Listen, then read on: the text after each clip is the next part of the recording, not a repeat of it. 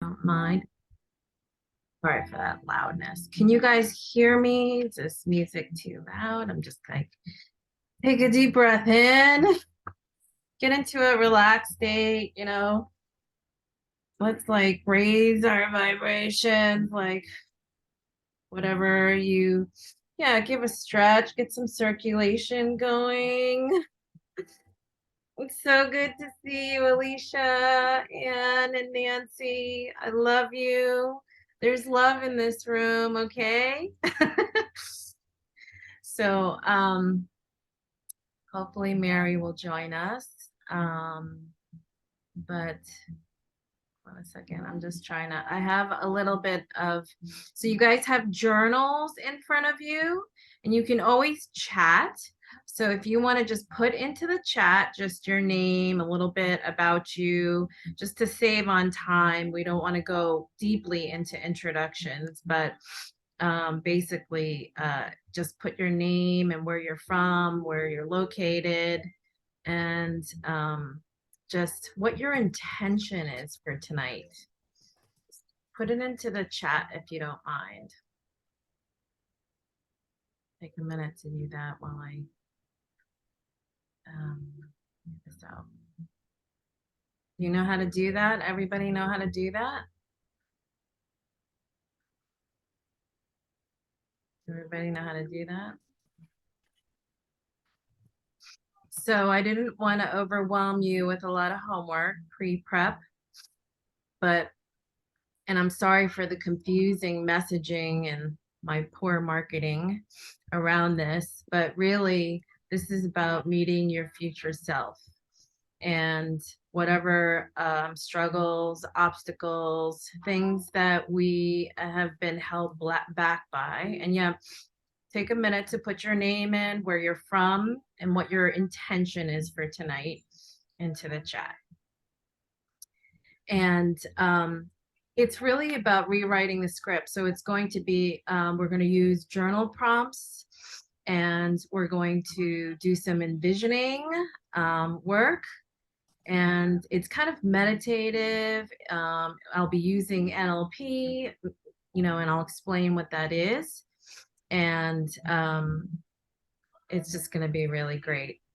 So Life by Design, your manifesto. And so you can,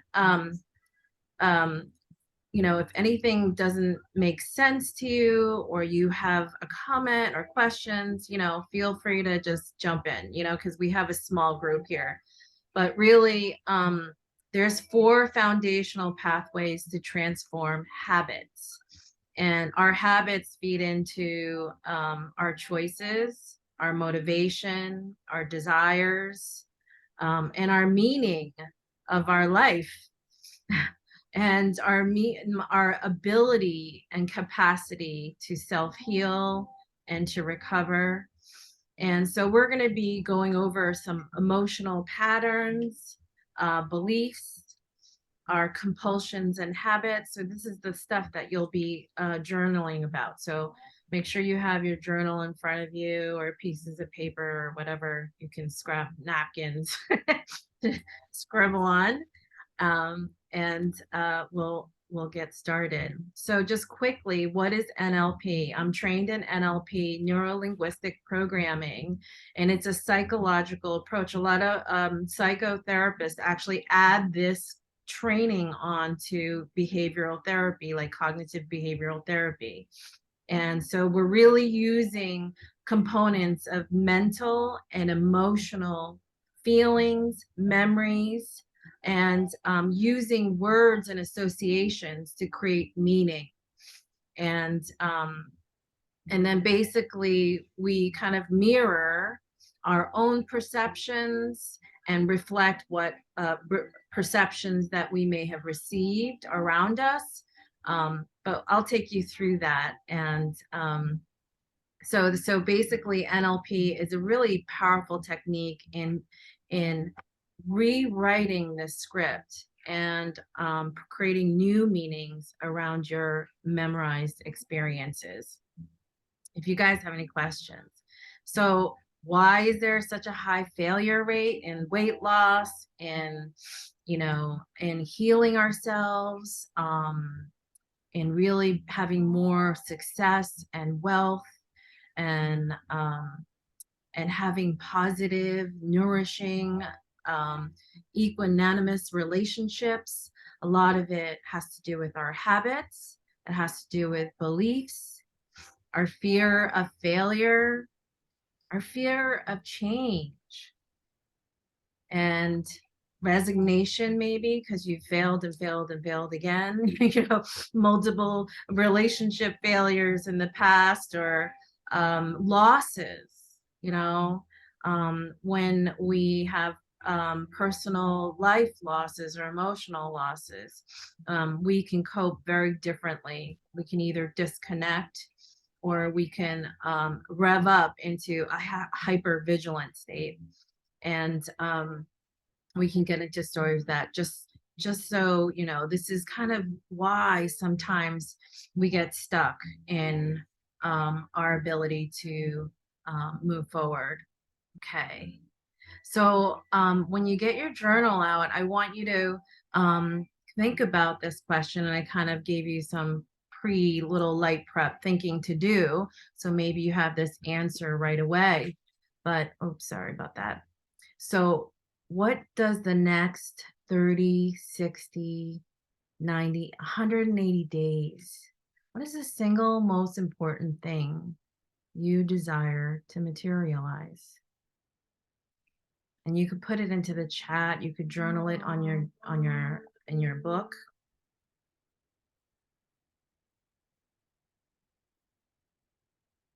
Turn this down.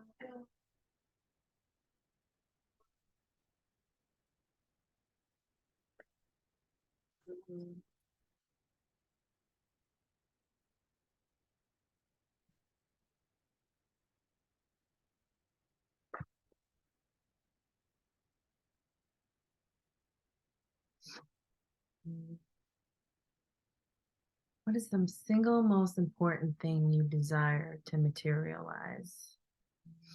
And it could be your health and wellness. It could be relationships.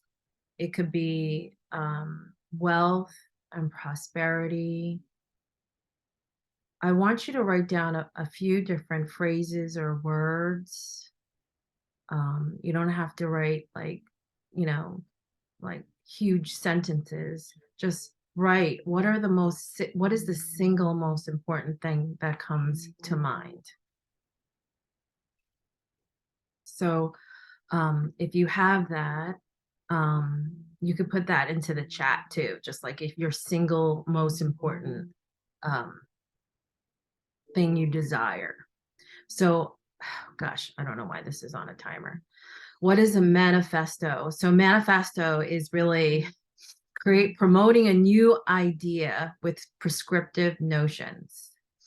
And it's revolutionary. And sometimes it can present our individual life stance. So that's what the health manifesto is about. So that's what we're creating tonight together. Okay. So in the chat, just write your one word in.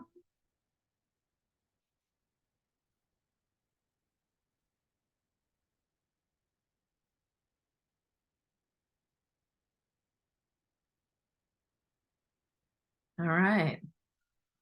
Okay.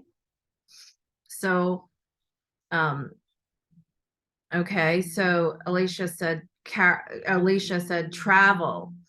I want you to think about what is the feeling behind travel. So go back for a second, and Anne and Nancy put a feeling, which is good. And if you could go back and just rephrase, you got super health and wealth. What is the feeling? Alicia, what is the feeling that you want to materialize? The desire, the feeling, the emotion behind super health and wealth or travel. Okay, good.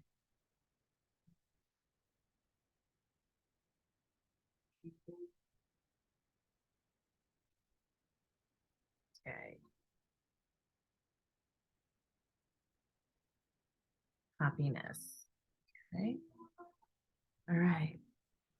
So I want you to think about, who am I today? So you're going to speak about yourself as if you're in third person. So Alicia is, 50 years old, and this is her story. Just a little quick narration. It doesn't have to be, it could be what you're struggling with, how long you've been struggling with it, what she believes her biggest barrier challenge is. She's ready to. You can use some of these prompts however you feel is necessary, but just write down, what do you believe? What's your narration? What is, who am I? And put it in third person.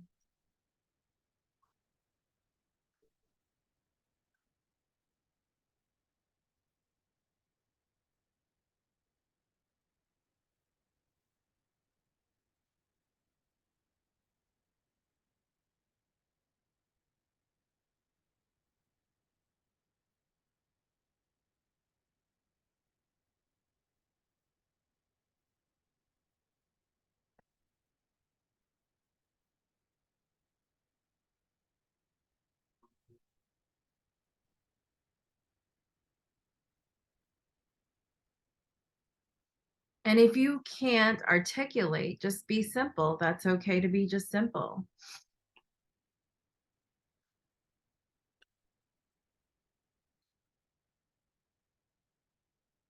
Mhm. Do you want this in the chat or in the journal? Whatever you feel most comfortable with. Okay. Okay. It helps for me to see it in the chat so that I can kind of respond to it and help you, guide you.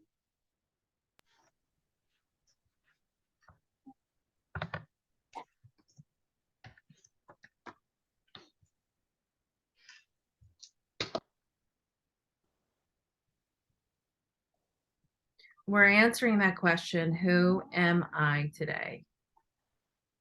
What are your struggles? What are you hoping for? What are your desires? Like, who am I today?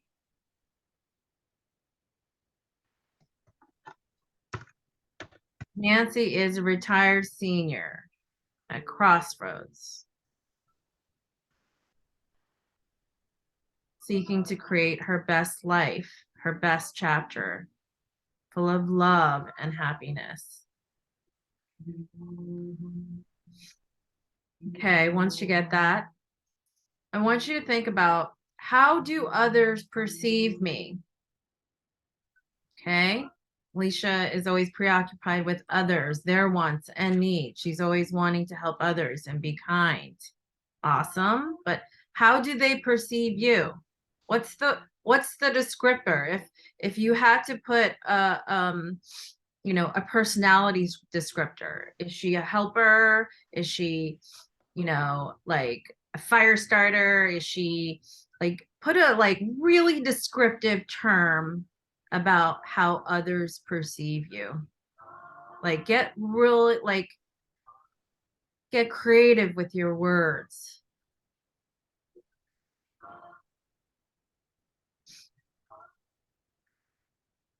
She's a giver, she's a mom, she's, how do others perceive me?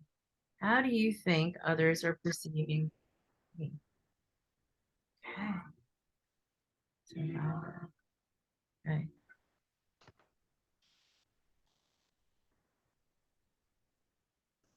All right. Okay. All right. Awesome.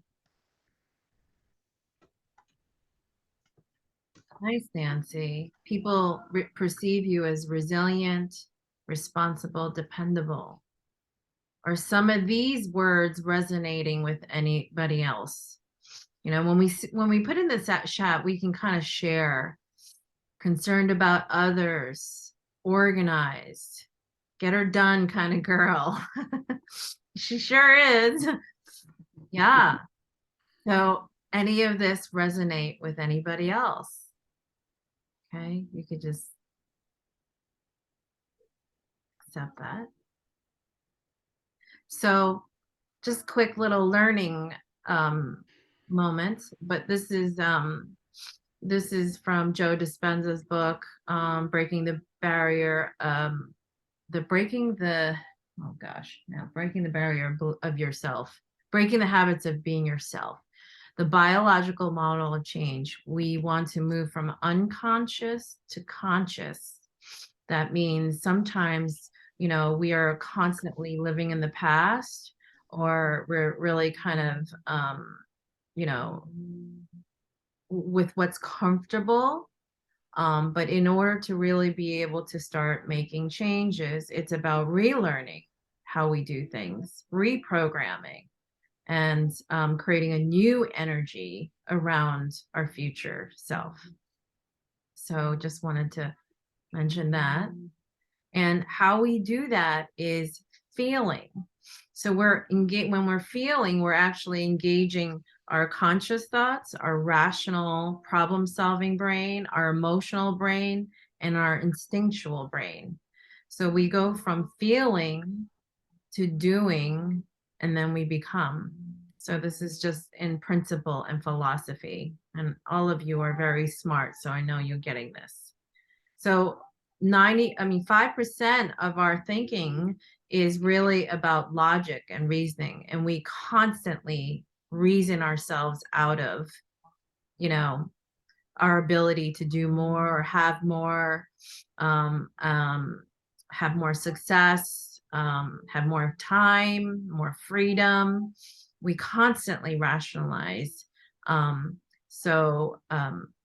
95% of our habits and behaviors, our choices, come from our subconscious. And this is when we really start analyzing our subconscious thoughts and beliefs, that's when we start making different choices. So I want you to write down next, what are some memorized beliefs and stored scripts? Like in the past or recently, have you received negative criticism in your life that stuck with you in your mind? I want you to take a snapshot in your brain. Just take a minute to recall some of those memories. Maybe it's 2 or 3 memories of since childhood, in your marriages, in your family dynamics, among friends. What are some of the negative criticism that you recall and that always kind of comes back to you and reminds you that you're not good enough, you're not worthy enough, or like even write down the phrases. Like, for an example, just the personal share, like I remember when my dad, as an immigrant family, he said to me one time in his room, he said, "You're never going to be perceived the same as anybody else." So this is a first generation immigrant. He experienced racism. He experienced, you know, um, criticism, and he encoded that in my subconscious belief. I'm never going to be perceived equal. And I had to do a lot of work to undo that programming, and I'm continuing to do that work. But all right. So Alicia says space shot, disappointment, broke. We can't afford it, right? Should be grateful for what you have. No need for anything more or different. No, no worthy of more. Not good enough. Wow. Okay. Why does everything always have to be perfect with you? Why can't you lighten up? Okay. These are pretty powerful scripts. And these scripts are in our subconscious. They're stored away deeply. And no matter what, it comes up when we face conflict, when we are challenged. These scripts come up over and over and over again. So, um, so your beliefs, have definitions. So some of these, whether it's food in the middle or relationship in the middle or yourself in the middle, basically whatever the association is, there's definitions built up and there's multitude of things besides, the phrases that we heard as a child or growing up or in our marriages or whatever. But basically, we've built up these definitions. So so you guys did a great job of defining some of these feelings. So I want you to take those feelings, those phrases of those memorized scripts, the things that you put into the chat or in your journal, and I want you to, create a feeling with it. What's the emotion? Is it anger? Is it fear? Is it pissed offness? What you don't, write down what the emotion is that basically you're getting from some of those phrases. What comes up when it comes up? Okay, angst. When you recall those memories that you're not good enough, why can't you just lighten up? I want you to notice remember, what is the feeling associated with it?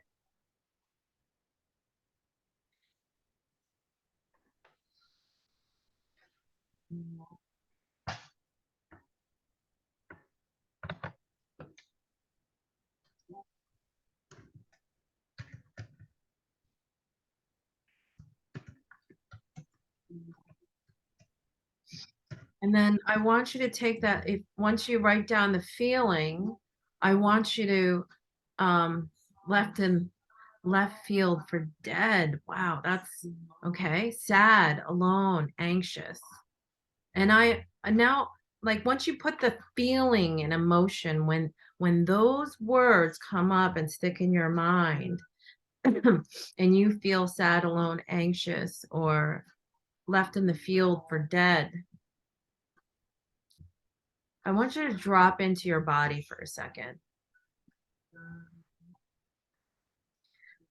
Close your eyes for a second and replay that script. Take a deep breath in and exhale. Those feelings, those scripts that come up, I want you to notice where in your body it gets stuck. Where in your body does it land? Is it in your neck? Is it in your head? Is it in your face, like between your eyes, in your neck, in your shoulders? Does it make you tighten somewhere or feel pain somewhere? Just scan your body and notice where it lands. Is it in your chest? Where is it? When those stories come up, fear of failure, losing control, left in the field for dead, where does it really hit you?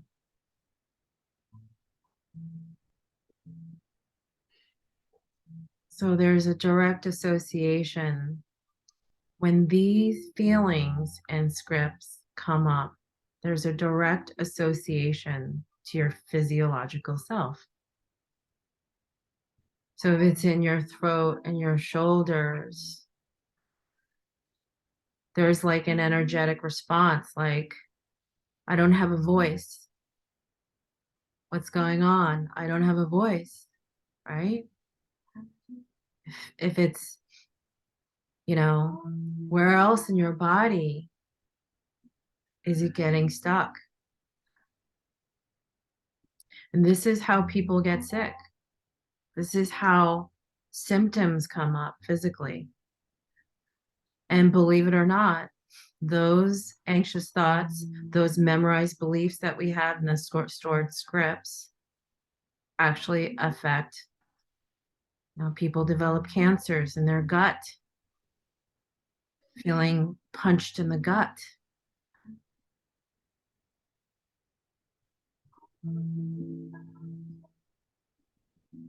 When I replay that script, you're never going to be seen as equal. That I feel that in my gut, like someone punched me in my gut. And it's funny because my dad died of GI cancer. That's not funny, but like that's where his pain was. That's where his illness was. And people who die of a lot of anger issues, they have kidney failure, kidney disease comes up.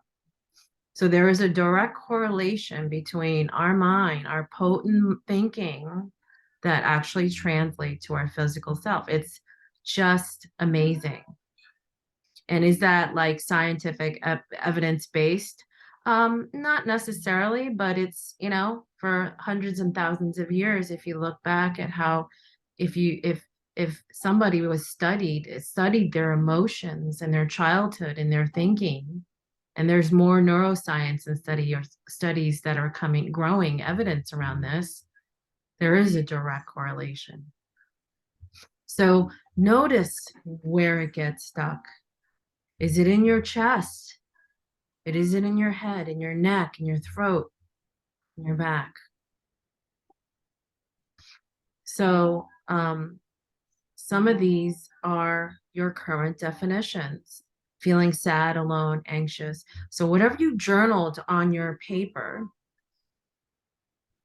so Mary's joining us.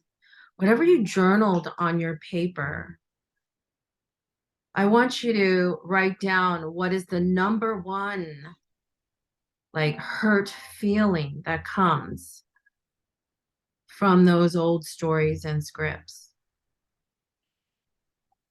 What is that number one? Is it just sad? Is it alone? If you could just choose one, what would that feeling be? What would that definition be when that script gets replayed?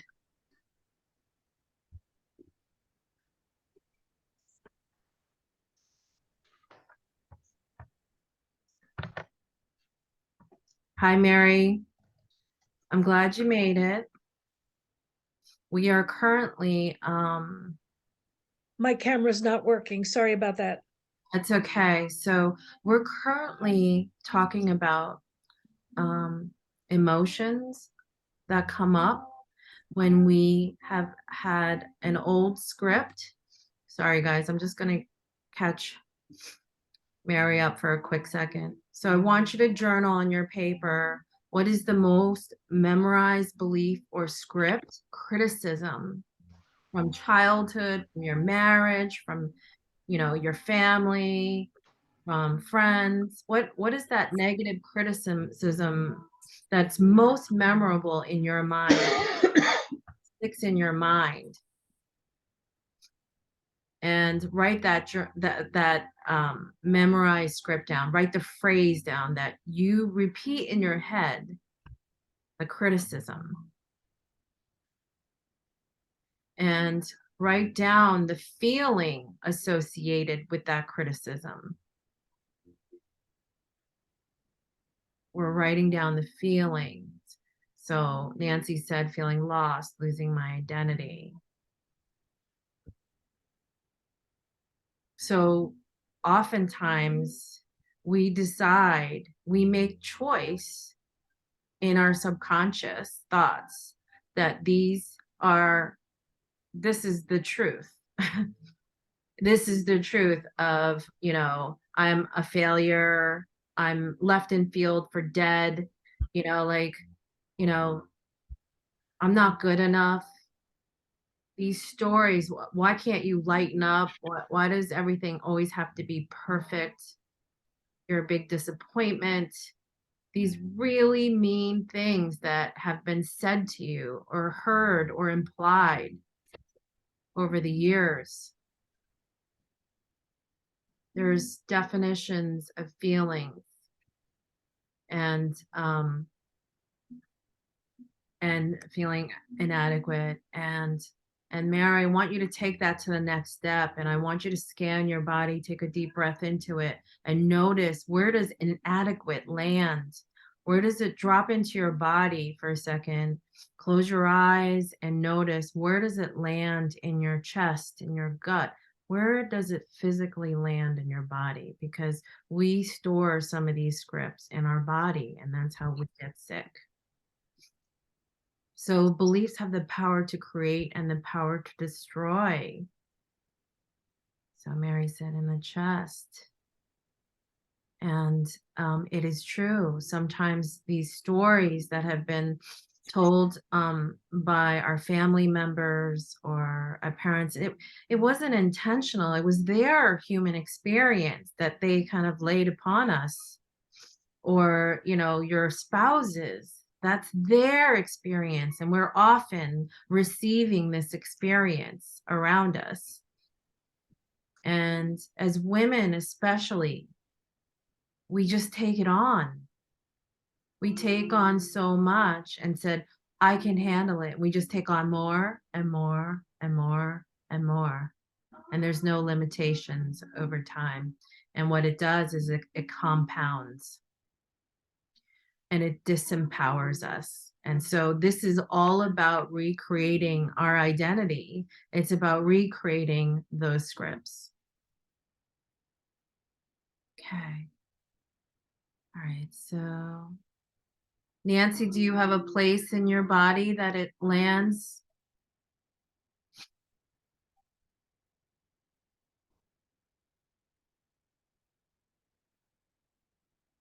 Okay.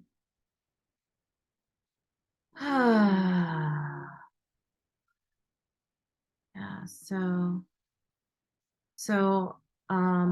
this is a chart that I usually show people in many of my workshops and trainings. Mary, I don't know if you've seen this before, but when we are in social engagement, so down on the bottom where the green is, when we're in joy and presence and groundedness state, we have better digestion. We have more intestinal motility. We can breathe better. We're noticing our breath. We're actually feeling oxytocin, which is a love hormone. It's a safe hormone. It's when we bear a child, when we give birth, floods of the hormone of oxytocin gets released. And that is the mother and child love. And that is like the ultimate love, right? Coming out of the womb and at birth. And so this incredible connection and safety and curiosity and openness. When we're in that state, we're more open. And then as we go up the chain of being triggered into fight or flight mode, fight or fight mode, when we're getting into panic or fear or anxiety, our blood pressure changes, our heart rate changes, our ability to actually utilize fuel, meaning the food that you eat, to actually utilize it for muscle building, bone building, all of that, that fuel availability goes down and your insulin activity goes up. So you end up storing more fat. You know, your immune response decreases. So meaning, like, as you go up this chain of activation and feeling triggered under stress, there's a direct response to our nervous system. And then when we get into freeze state, some people disassociate. Some people feel hopeless. Some people feel shame. And what's also not here is the fawn state. The fawn state is basically some people they're kind of in frozen state. They feel like they can't move, they're trapped and they have no options, right? At that place, sometimes we get into fawn state where we're in hypervigilance. And this happened to me when during caretaking for my dad, who went through multiple rounds of almost dying over 10 years. It was the constant emergency. Like, oh my God, I have to, and I went through serious trauma therapy twice a week, going under EMDR, hypnosis, and psychotherapy and antidepressants during that time, because I felt so hopeless, helpless.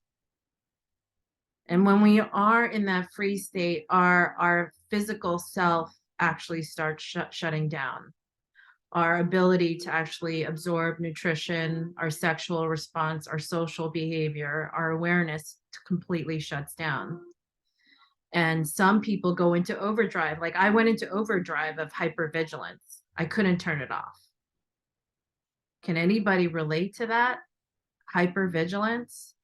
So as moms, have you been in a state where your child was in pain or some kind of emergent situation came up, or maybe there was an abusive situation that you were experiencing,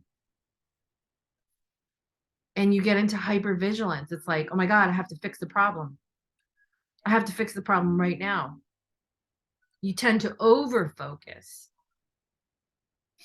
And that's a very common way of responding when we are triggered by stress. And it's so important because to notice where we're at in that chain of triggering. Are we in fight or flight mode? Are we reacting? Are we not in, a relaxation state? And our body is constantly in the mode of self-regulation. And sometimes when we're in extreme modes of emergent situations, we have to do a lot more to get back to homeostasis, like significant. When we're so whacked out of balance, it requires sometimes years of getting back to normal. So whatever the trauma or the belief, that script that takes us off our balance and center, it actually requires a significant amount of healing to get back to our normal stasis. And then, obviously it affects our sleep, it affects our digestion and our habits. Does anybody have any questions? I want to just take a pause. Or does anybody want to share? Is this helpful? Okay. All right, so I'm going to keep going because I'm going to try to get done in an hour. Yeah, close to it, like by 8:30.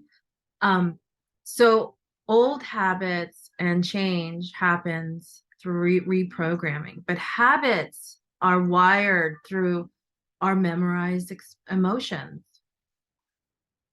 It happens through repetition. So when we are triggered, our response patterns become a habit. Our response pattern to say we're not good enough, we're not adequate, we are feeling lost, we're feeling anxious, fear of failure. Those are our automatic, like subconscious habit. Because in life, we're constantly triggered, aren't we? We're triggered by a million different things. So our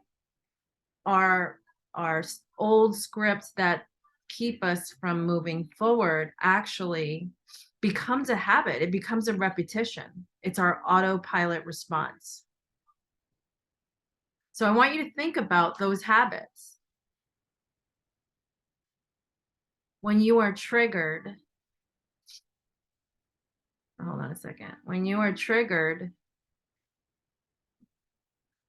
what is your automatic response? Do you end up fighting? Do you end up disassociating, disengaging? Do you end up with resignation? Or do you end up being indignant and hyper vigilant? So take a snapshot of some of the habits when you've gotten triggered in the past and those feelings of inadequacy or failure. What do you normally do?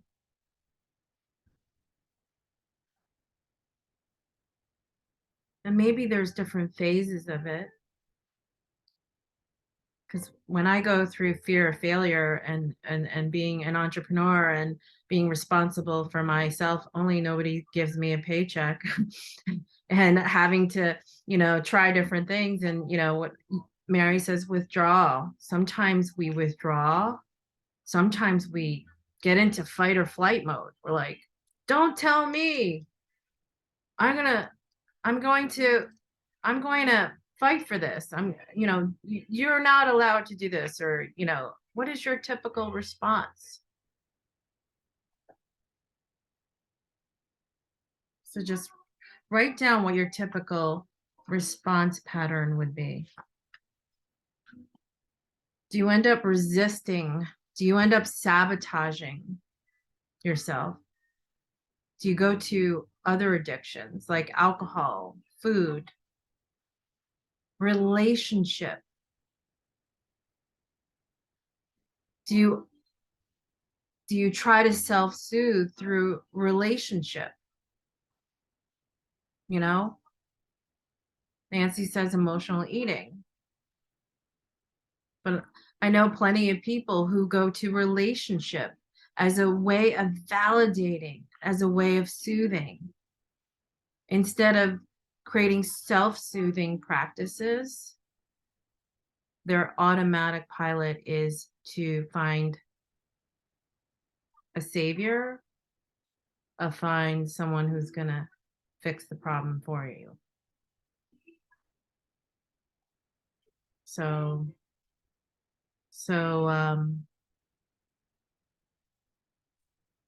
how these feelings of how you typically respond, I want you to notice that pattern.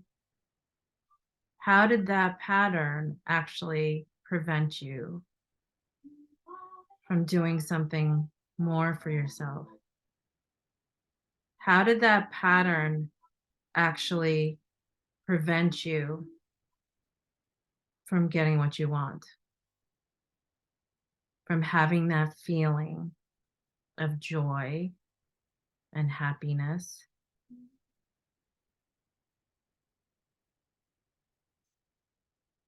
Blow up people's lives, disappear. Okay. Blow up people's lives. You attack and then retreat. Yeah. So that is a response, a typical response. That's one of the responses, not just one way, but you're trying to find safety. And we all want safety. So just take a minute. How did it prevent you in the past from making different kinds of decisions? Maybe it was about a career path, or maybe it was about a relationship choice. Maybe it was about self-care. How did it end up sabotaging you?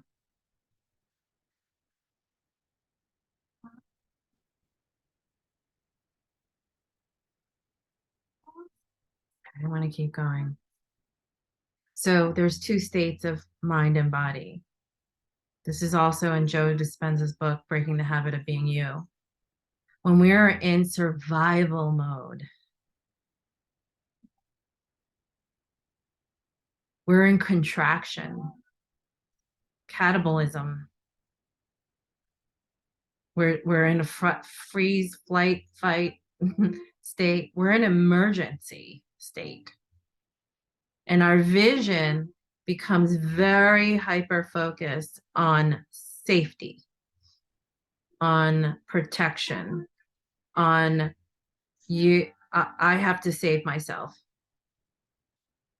And so like Alicia's response is disappear, go attack, and then blow up and be like, I'm out. Your possibilities become so limited when we're in survival state.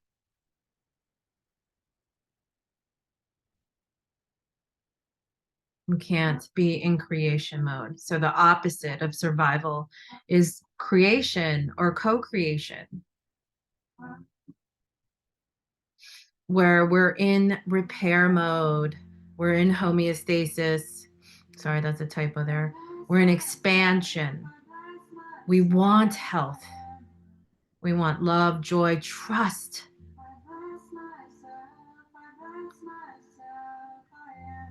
I'm going to be vulnerable here.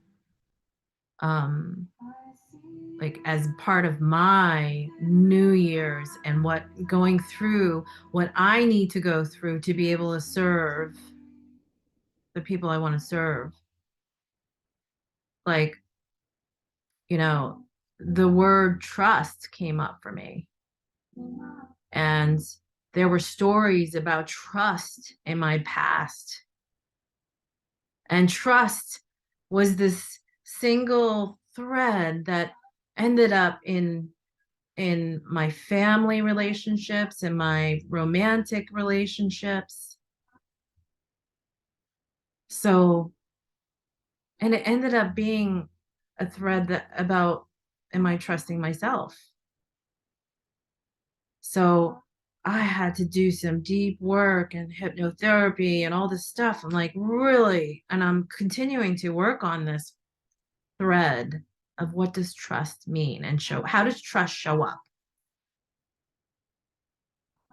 So I want you to think about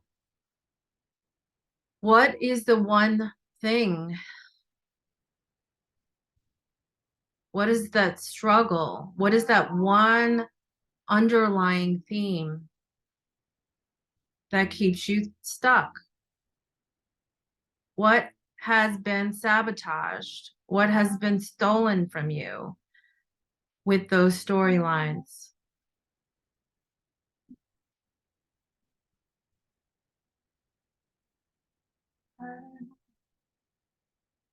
Worthiness.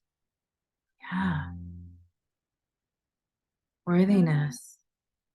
So not being able to actually see your worth. And it's sometimes, and I work with a lot of very overachieving clients who are very successful, and they find their worthiness through plaques and licenses and their credentials. And their credentials kind of try to fill this gap of what's missing in terms of worthiness, this lack of worthiness.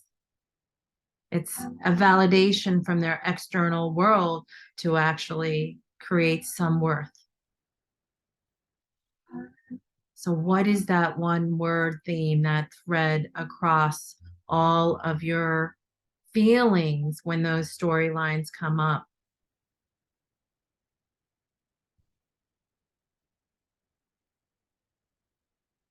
Self-love. Good, Nancy.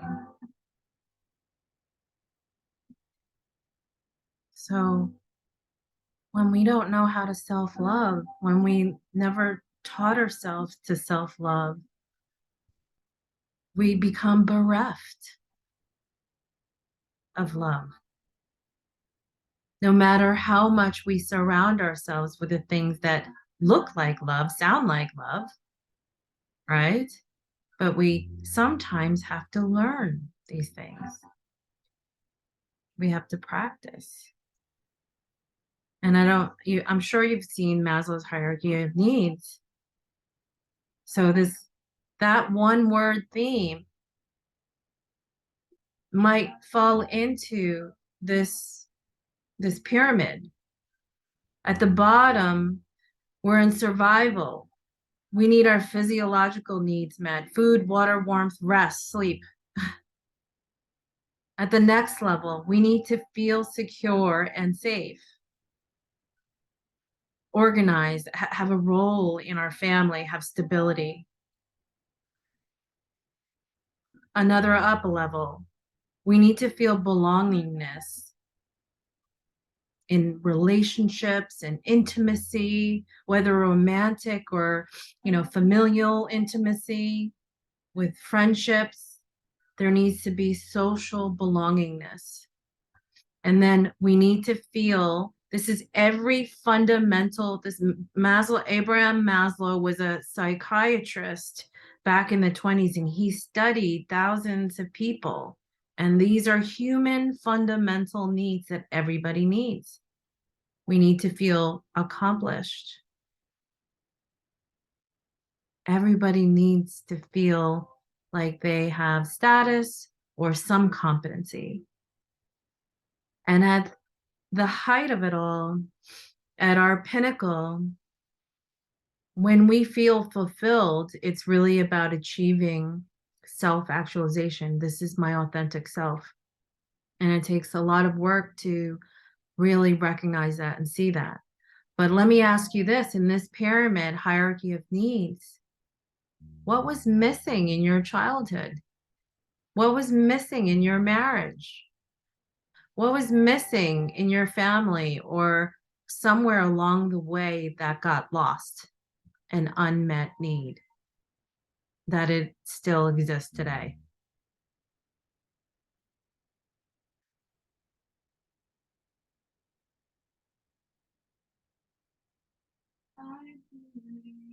For me, it would be probably belongingness. Being a first generation immigrant family, that storyline of my dad saying, you're never going to be seen as equal. So this storyline, I'm never going to be seen as equal, has followed me for 50 years. I have this deep, deep-seated belief that I don't belong, and that stops me. Where on this hierarchy of needs do you think you had a gap? Where do you have a gap right now? Where is that storyline connecting to? Esteem. Yeah. So not being good enough, it's not necessarily like even the people who have plaques on their walls and graduated from Harvard or, like did amazing things, still don't feel a sense of achievement. Something about their storyline told them deeply inside that you're not accomplished. You're not good enough.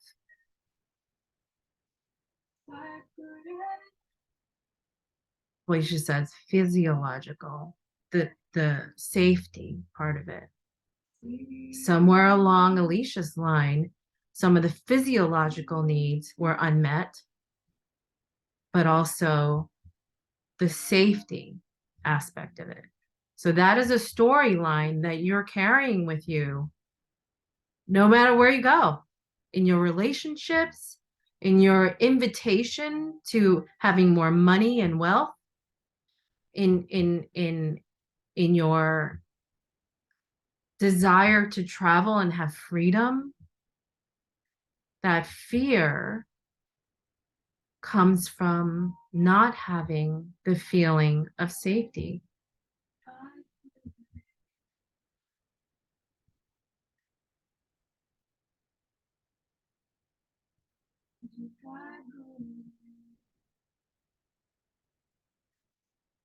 Mary, are you still with us? Do you have any thoughts you want to put into chat? Are you following? I know you came in a little late, but as we're thinking about, this is about unmet needs and how our storyline connects to our unmet needs. No, I'm here. I'm following. Okay, Um, because I can't see you on video. I didn't know if you were taking. no, I'm here. Are you taking a nap, Mary? No, but I'm on mute because I don't want any background noise to be interfering. Okay, Just turned it on to answer your question. thank you, thank you. But I mean, I don't feel, I mean, I'm quite familiar with Maslow's hierarchy, and I'm retired now, so I felt, you know, I was pretty well satisfied with these things. The example I gave of inadequacy was a fairly small one. Mm-hmm. Okay. Okay. But it does relate somewhere along the line, the feeling of inadequacy of the story, the script that played out, the criticism, right? Okay. Yeah, Did you want to say something else about that? no, Okay. All right. Everybody doing okay? You still with me? Okay. Everybody good? So we need to deliberately create, recreate, innovate ourselves in our midlife, in your 50s, 60s, and 70s. And it's never too late to re-innovate or renovate, reinvent. I was brainstorming the words and messaging around that. Like, this is about deliberate creation. Because if we're not deliberate about like undoing, unlearning some of these scripts, then these scripts will be with us till the day we die. And my mission and passion is that we have no regrets in life, right? So we want to create the highest, grandest vision possible. And I know in the beginning of this session, you said, I want happiness, I want health and wealth, I want to travel, I want to do these things. But now I want you to take it to the next level. I want you to have the grandest vision. I want you to get creative with your words and don't stop yourself. Don't say, well, that's not even possible.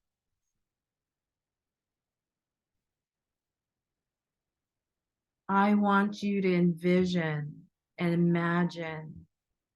Just be crazy. Who cares? Nobody's, because what we put out there in terms of energy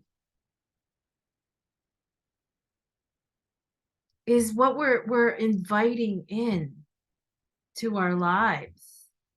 And if we're always afraid and stopping ourselves from putting it out there, we're never going to surpass. We're never going to get beyond.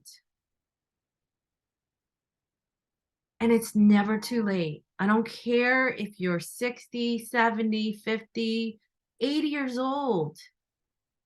It's never too late to create the highest, grandest vision of your life. So you can become what you believe. This is an Oprah Winfrey saying. So I want you to take that to the next level. And I want you to write some words down on your journal or in your chat. I want you to speak in feeling words and emotion words.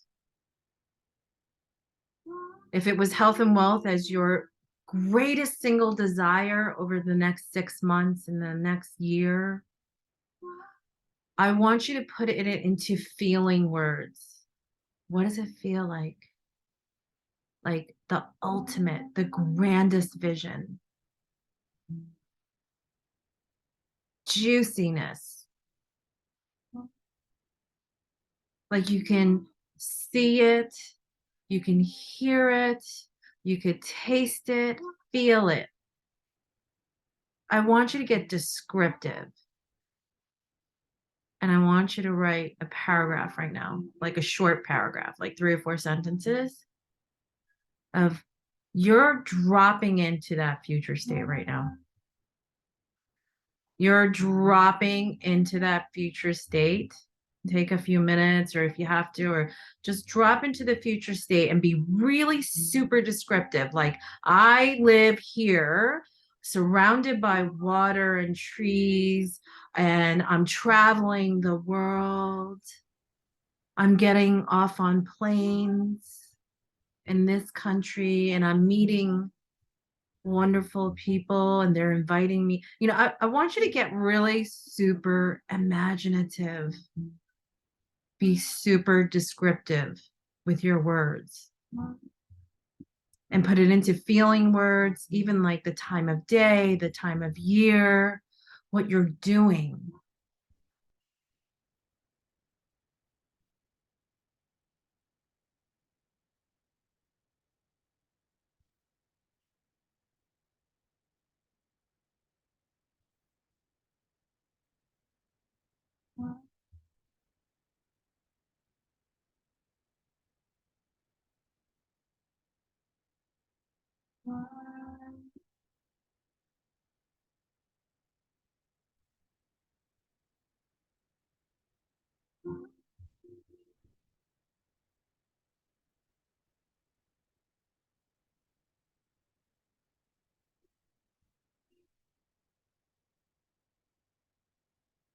What does it taste like? What does it feel like? How are you feeling in your body?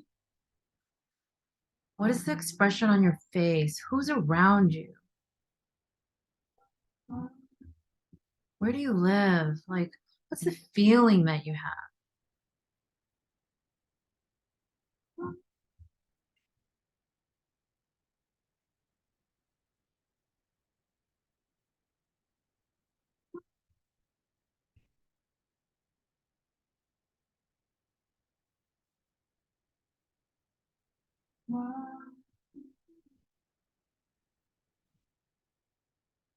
You're creating a new story about yourself. That moment in time that you felt like $1,000,000, you lost that story.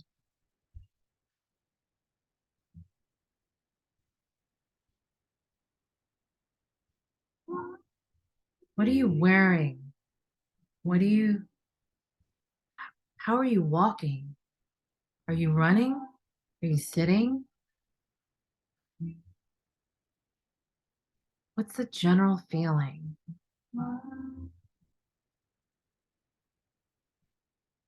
What is your body posture?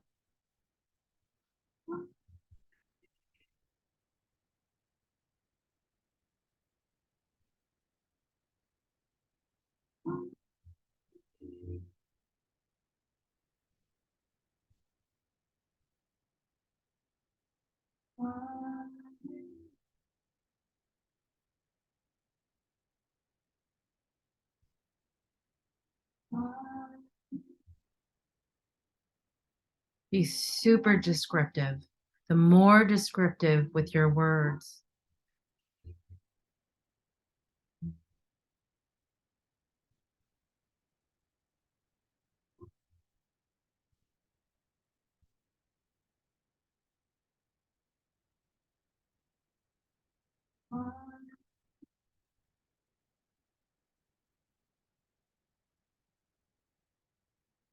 and if you need to close your eyes and drop yourself into that moment to visualize yourself.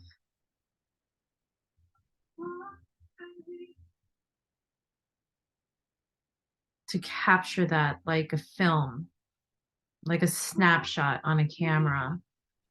Somebody's filming you, and that's you on the screen. And what is she doing?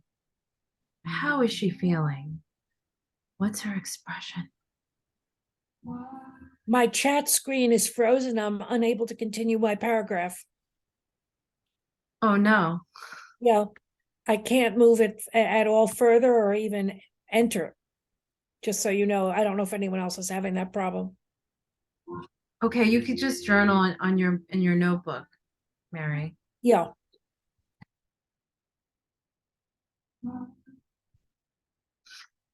All right. Do you guys have a story? Do you have a film, a snapshot, a scene? A scene. Is there a scene? Does anybody want to share their scene?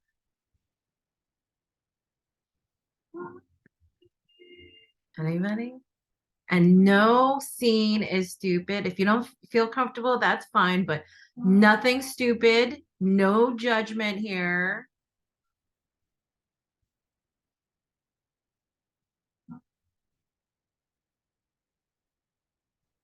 You can unmute yourself if you're muted and just, yeah. Alicia, you had something? God. All right. I will say, oh God. All right. All right. All right. Well, I'm the travel girl. So like I have myself traveling, dancing in the streets of Rio and in Portugal.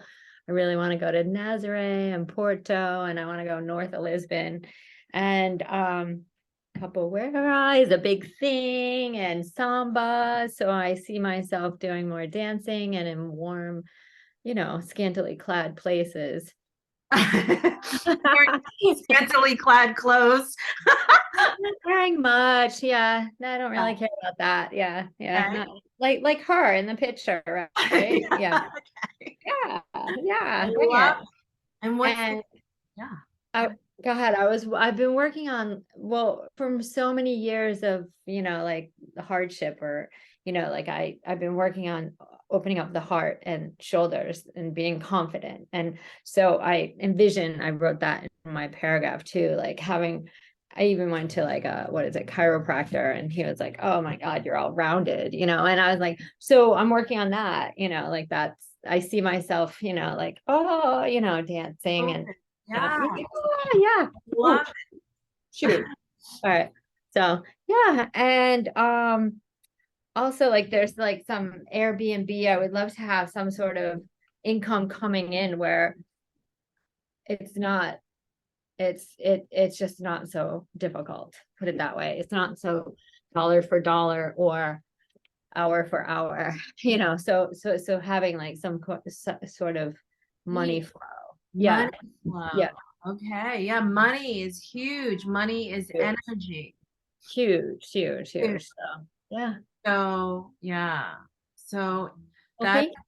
that storyline of life was hard, like life was like really hard being broke, like those old storylines, like just think about how that might be stopping you for receiving that. Yep. Completely. Yeah. So how we rewrite that script is it is easy. Money comes and goes and is easy.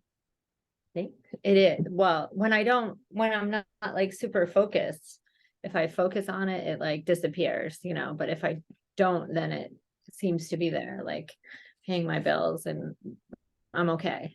Yeah. So really looking at expansiveness, that it Mhm. is available to you. Thanks. Write that down. This Okay. is available. Money is available to me. Health is available to me. Happiness is available to me. Because our storylines teach us it's not available. Worthiness is not available. We're not Okay. good, right? So if it is a money story that blocks us or a confidence story that blocks us, then rewrite that code and saying, this money is available to me. It's abundant. Money is flowing my way. These are affirmations. Okay. So just think about the words that you wrote in your dream, vision, imagine. of your dropping into your future self. Does anybody else want to share? Anybody else?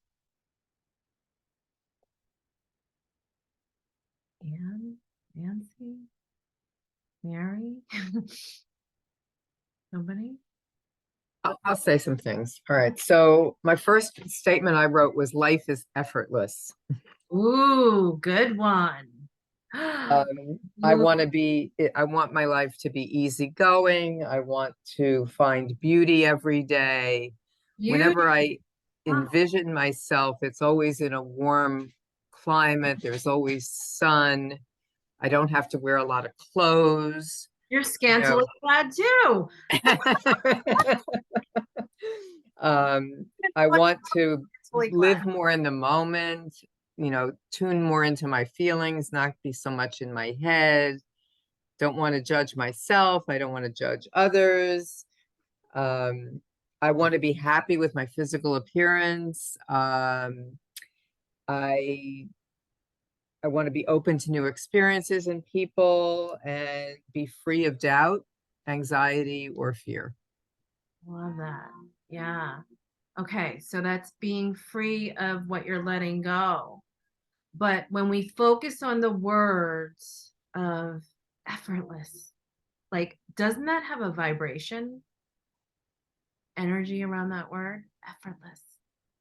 Effortless. Yeah. I mean, it feels light. I mean, just the thought of feeling like Effortless. floating through life just seems So so everybody free, offers, so freeing, I love that. liberating, I right? love it. I love it. So on your story, your imagined story of dropping into your future self, the words that you wrote on your page right now, I want you to circle your number one. Like Nancy, your word might be effortless. What is your number one word? It's not a I want to not be.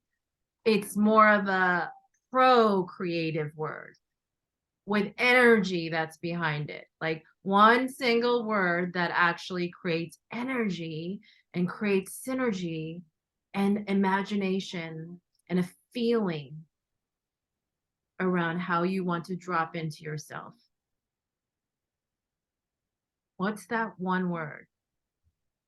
You might have a few words, but I want you to narrow it down to one word. Because this is the one word that you're going to be, this is your one word of the year of what you're going to be manifesting and inviting and receiving. Okay. So this one word is going to recode and rewrite that script. You're bringing that word and you're erasing it. It's like, a typewriter or whatever. You're going back and cutting and pasting over it, over your old storyline.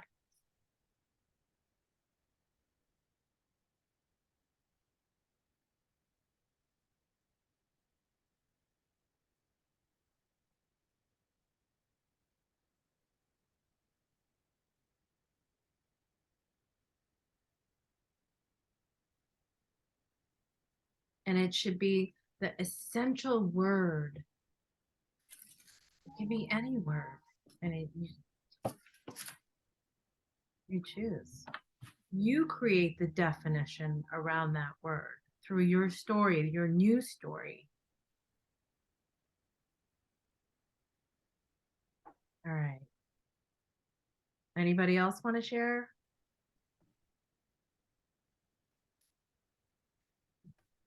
Okay, we're good. So, we're getting close to end here. I want to try to end at 8:30, but I want to ask you want to ask yourself, do you believe it's possible?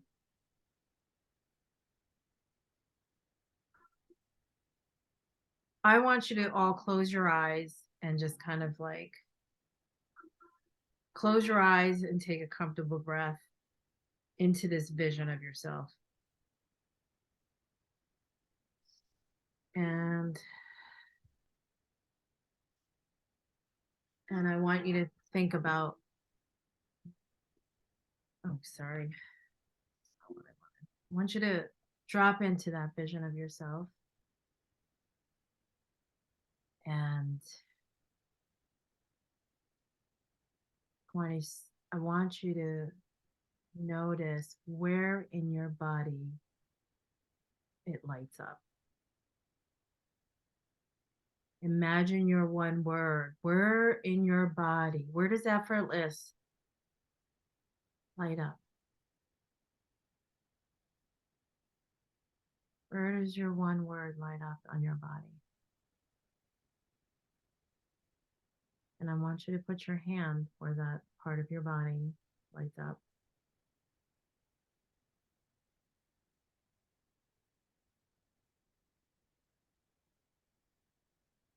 And I want you to say that word with I am.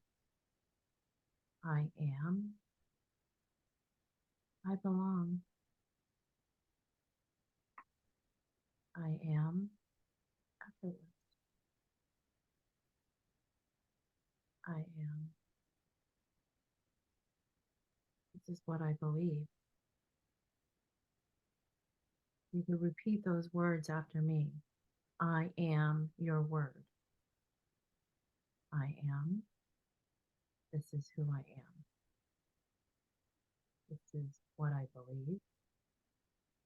This is my truth. This is what I am.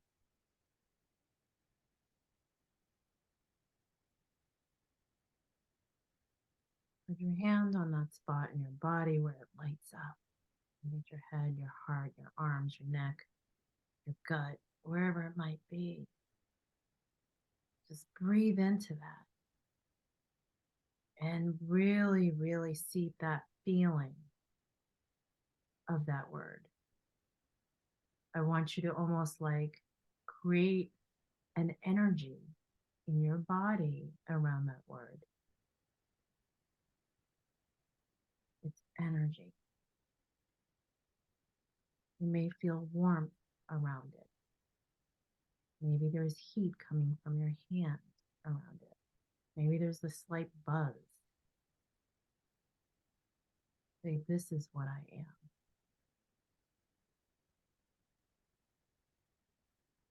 I am not the old storyline. That is not what I am.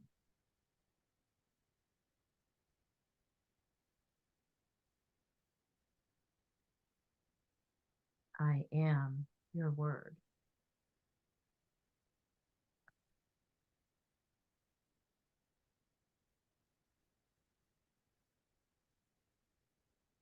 This is available to me. This is so abundantly available to me.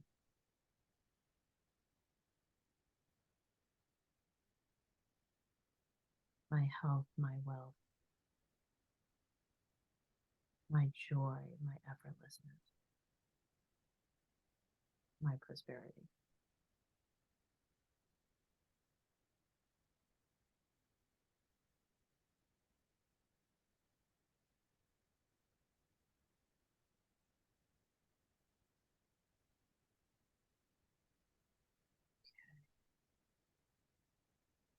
So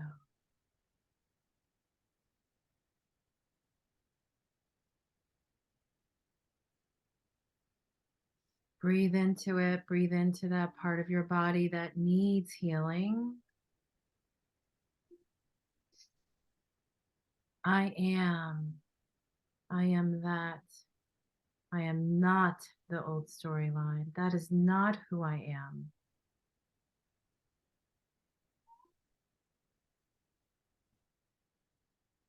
And that energy around that word is alive. And it's coming to me in every way.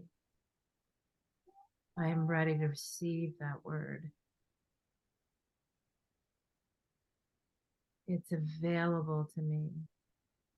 It is so available to me. I can taste it. I can hear it. I can see myself there. I'm there. I'm moving in it. This is your story. This is your scene.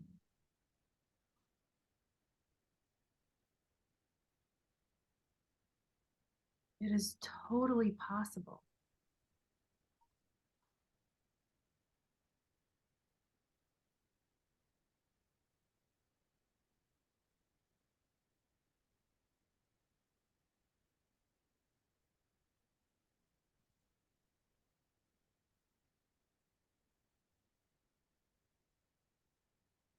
Breathe into it. And this is your mantra. This is saying yes to yourself every single day. This is where you want to rewrite the script. This is your new script.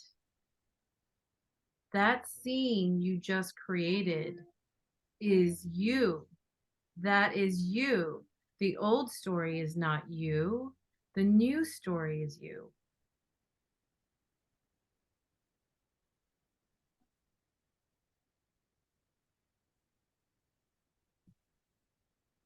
All right. So when you're ready, you can open your eyes. Are you saying yes to yourself? Are you saying yes to your new script? So inward calm cannot be maintained until physical strength is constantly and intelligently replenished, meaning in all of your actions and choices, whatever you decide to do, if how you replenish and restore, that new story has to be a part of it. Because that's really putting it into action. So, does anybody know the meditation? No? All right. Well, we're going to end with this. So it's loving kindness, meditation. And you could be in prayer. You could put your hands on your spot on your body where you need that that you need to really embed that feeling of that word, your new word, your new story. And I want you to say, with your eyes closed or under your breath or out loud, may I be happy. Just repeat after me. May I be healthy. May I be free of suffering. May I live in peace. May my life be blessed with ease and abundance.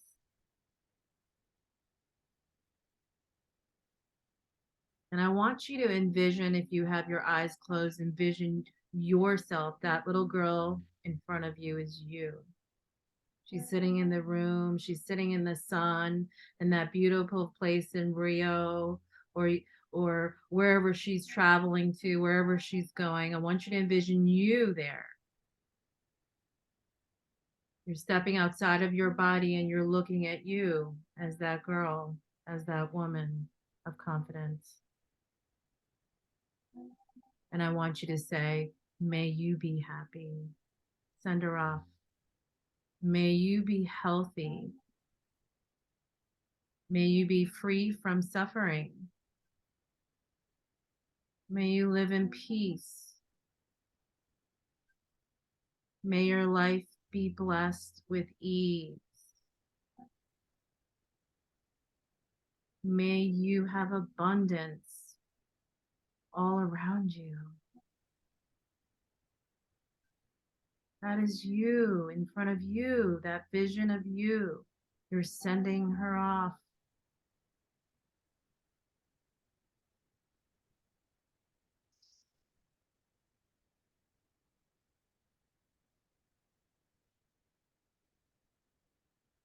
And just breathe into that one more time. Hmm.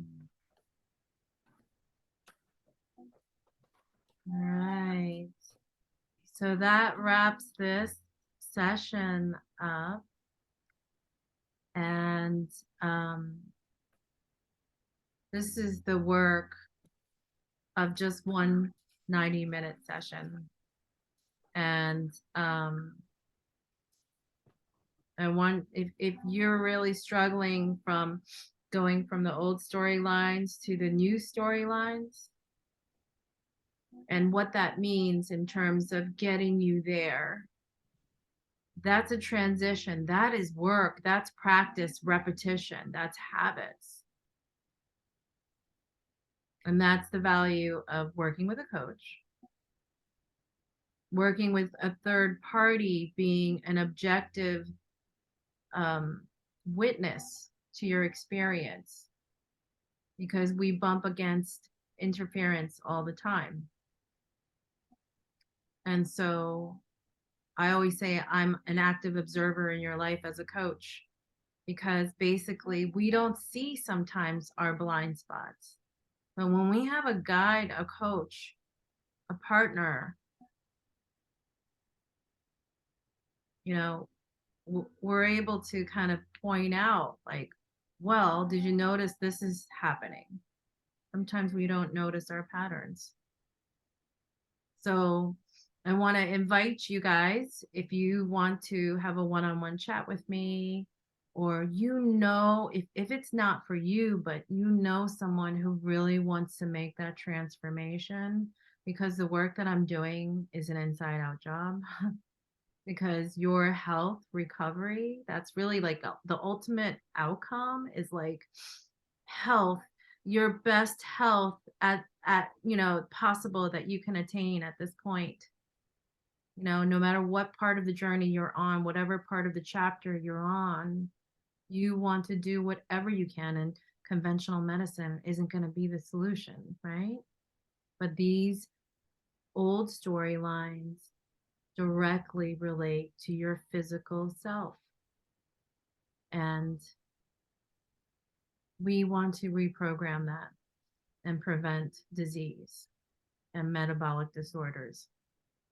So if you or someone you know really needs this support, set up that one-on-one, send them to me, because I love this work.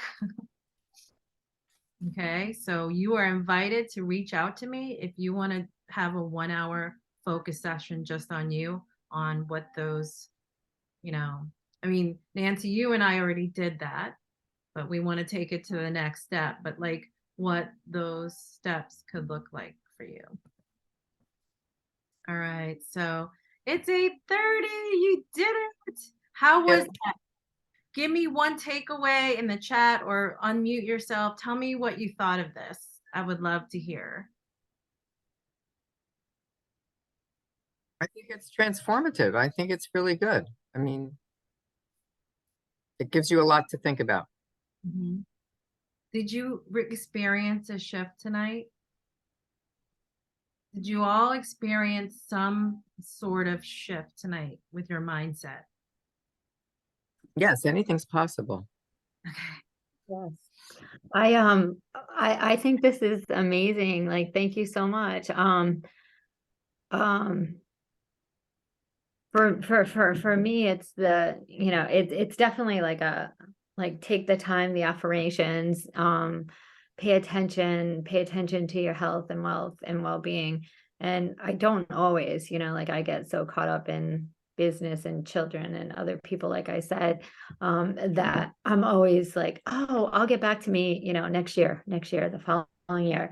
And for me, it's been, I've had a lot of blood clot, pulmonary embolism, things like that, which I always feel is very serious to, your emotional well-being. When we were doing the chart there, it kind of spells it out, like, yeah, pay attention, you need this. So taking this, 90 minutes to sit here and pay attention and not be distracted by laundry and cleaning and dinner and whatnot. You know what I mean? I have my candle. It tied into all of the worthiness, that I felt like was, in play here. So Yeah. thank So you. that's awesome, Alicia. I'm so glad you came and you did this. It's, Yes. yeah. So it's that storyline that I'm broke or not, I don't have enough, that it's not available to me, even time, that prevents you from making that time. I know you have a million things to do, Mhm. it's that fawn, that over hyper vigilant state where we're just distracting ourselves because we don't want to focus. We're stopping ourselves. Mhm. See what I'm saying?